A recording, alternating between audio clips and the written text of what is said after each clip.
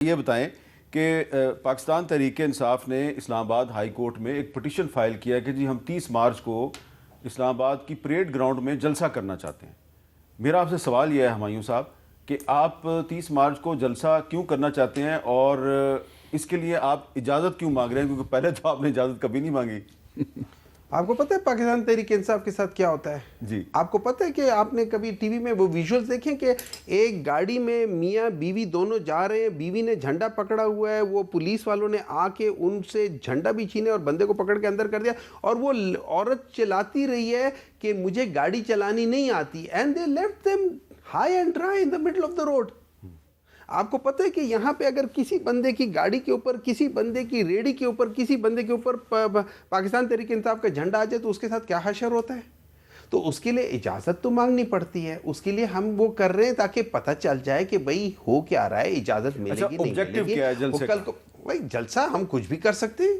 جلسے کے لیے کیا آبجیکٹو ہوتا ہے؟ جلسہ ہوتا ہے، ہم اس میں جا کے پولیٹیکل باتیں کریں گے، ہم اس میں جا کے جو ہمارے ساتھ زیادتی ہو رہی ہے اس کو اجاگر کریں گے، ہم اس کے بارے میں بتائیں گے، لیکن اس کے لیے مجھے نہیں سمجھ آتی اس میں لوگ اتنے ڈرتے کیوں ہیں؟ پاکستان تحریک انصاف کے جلسوں سے، پاکستان تحریک انصاف کی ریلیوں سے اتنے ڈرتے کیوں ہیں یا جلتے کیوں ہیں؟ مجھے سمجھ نہیں آتی۔ یا تو یہ نا کہ خود کر نہیں سکتے تو کہتے ہیں اس کو بھی نہیں کرنے دیں گے، نہ کھیڑ سکتے ہیں نہ کھیڑا دیں گے۔ ایک تو ہوتا ہے نا کھیڑیں گے نہ کھیڑا دیں گے، وہ کھیڑ ہی نہیں سکتے تو اس لیے کھیڑا نہیں دیں گے، یہ بات ہوتی ہے۔ دیکھیں پاکستان تحریک انصاف کو اگر آپ ان کے ساتھ زیادتی کرتے رہو گے تو آج نہیں تو کل کبھی نہ کبھی یہ چیز جب آئے گی نا، ہم نے برداشت کر لیا۔ دیکھیں پاکستان تحریک انصاف وہ پارٹی ہے کہ جس کو جب ان لوگوں نے کچلنے کی کوشش کی تو انہوں نے باؤنس بیک کیا اور سب سے زیادہ سیٹیں لی ہیں۔ اب ان کو سمجھ نہیں آ رہی کہ کیسے یہ سیٹیں واپس لیں، تو اب کیا ہو جاتے ہیں کہ وہ جو کینسل وہ بڑھ جاتی ہیں کہ بھئی یہ جو ووٹ جو ہے نا وہ ان کینسل ووٹوں کی تعداد بڑھ جاتی ہے تو اگلا بندہ جیت جاتا ہے۔ اب یہ حساب کتاب شروع ہو گیا ہے۔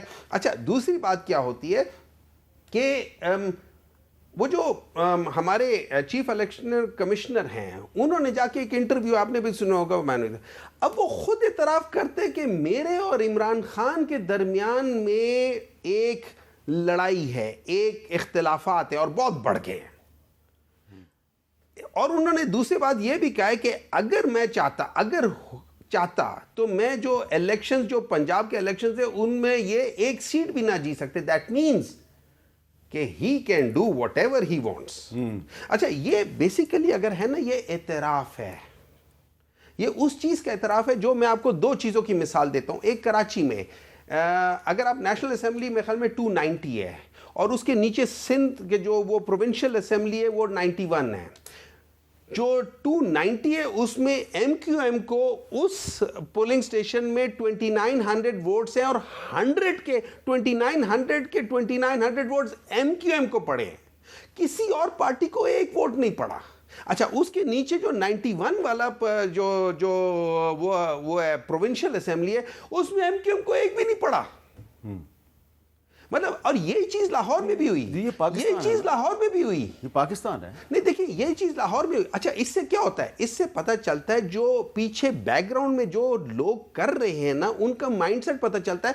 آپ کو اس سے پتہ چلتا ہے جو سیریل کلر ہے نا وہ کون ہے، کیونکہ وہ ایک ہی پرنٹ چھوڑ کے جا رہا ہے، اس کی واردات کا طریقہ ایک ہی ہے۔ اچھا سوال تھا میرا جلسے کے بارے میں، عرفان صدیقی صاحب یہ 30 مارچ کو اسلام آباد میں جلسہ کرنا چاہتے ہیں پریڈ گراؤنڈ میں، ان کو اجازت ملنی چاہیے یا نہیں؟ دیکھیں ہمایوں صاحب میرے بہت اچھے دوست ہیں، سینٹ میں جو چند دوست ہیں نا میرے ان میں سے ایک ہیں۔ میں اس لیے مجھے ہنسی آ رہی تھی کہ جب آپ نے سوال کیا تو انہوں نے دو باتیں کی۔ ایک تو انہوں نے یہ کہا کہ جی مجھے سمجھ نہیں آتی کہ لوگ ڈرتے کیوں ہیں ہم سے، یہ کہی انہوں نے، اور پھر خود ہی کہا جی کہ ہم کچھ بھی کر سکتے ہیں۔ لوگ اسی لیے ڈرتے ہیں ان سے کہ یہ جلسے کے نام پہ کچھ بھی کر سکتے ہیں۔ بات یہ ہے جلسہ کریں، بالکل اپنا نقطہ نظر پیش کریں، یہاں بھی بیٹھ کے بات کر رہے ہیں، پاکستان کے سب سے بڑے چینل پہ بات کر رہے ہیں، ساری دنیا دیکھ رہی ہے، ان کا نقطہ نظر سن رہی ہے، میری باتیں بھی سن رہی ہے، جلسے میں بھی باتیں کریں۔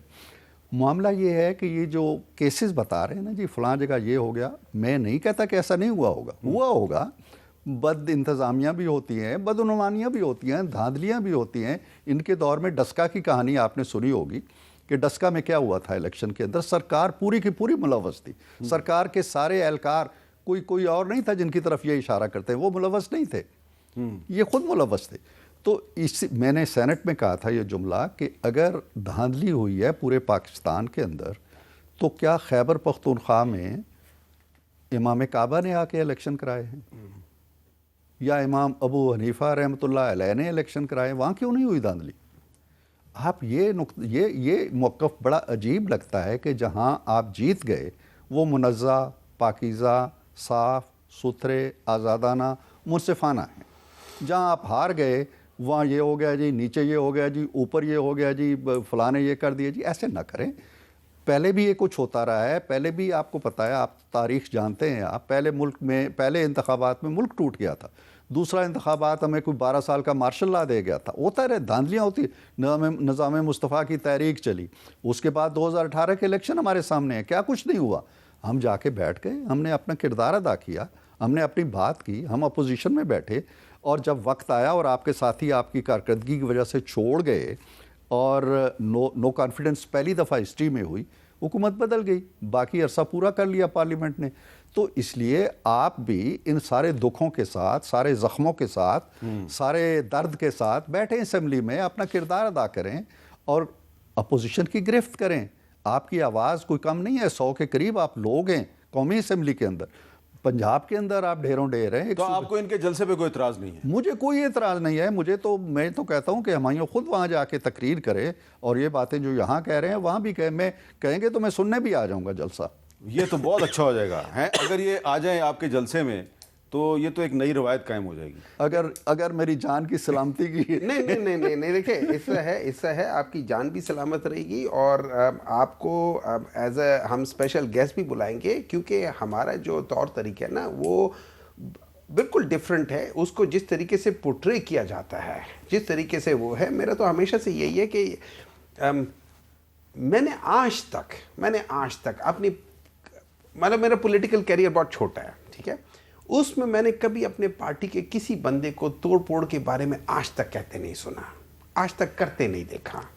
کرتے بھی نہیں دیکھا. میں نے نہیں دیکھا. لیکن پاکستان میں آپ کو بتا رہا ہوں میں نے بڑے قریب سے میں نے خان کے ساتھ میں نے ٹریول کیا، میں نے بڑے قریب سے ان کے ساتھ کام کیا ہے، 1 on 1 ان کے ساتھ کام کیا ہے. میں نے آج تک میری نظر میں اگر پاکستان میں میں اپنے آپ کو بہت پیٹریوٹک سمجھتا ہوں، میں اپنے آپ سے زیادہ ان کو پیٹریوٹک سمجھتا ہوں. یہ وہ شخص ہے جس کے لیے پوری دنیا اوپن تھی، وہ کہیں بھی ہاتھ رکھ کے بیٹھ جاتے، وہ بادشاہوں کی زندگی گزار سکتے تھے.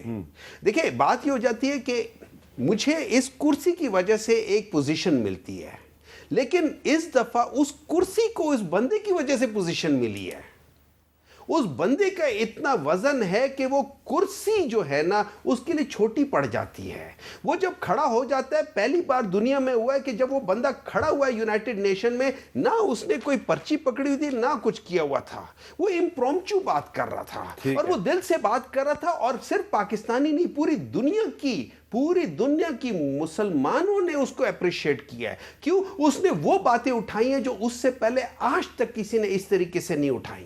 اور اس کی بیسس پہ جو کچھ ہوا ہے، اس کی بیسس پہ اگر آپ دیکھیں تو وہ اس نے کمال کر دیا ہے. اس نے وہ ساری باتیں جن کو لوگ فریڈم آف سپیچ کہتے تھے، لوگوں نے منع کر دیا کہ یہ فریڈم آف سپیچ میں نہیں آ سکتی. ٹھیک ہے، آج سے پہلے کوئی یہ نہیں کر سکا تھا.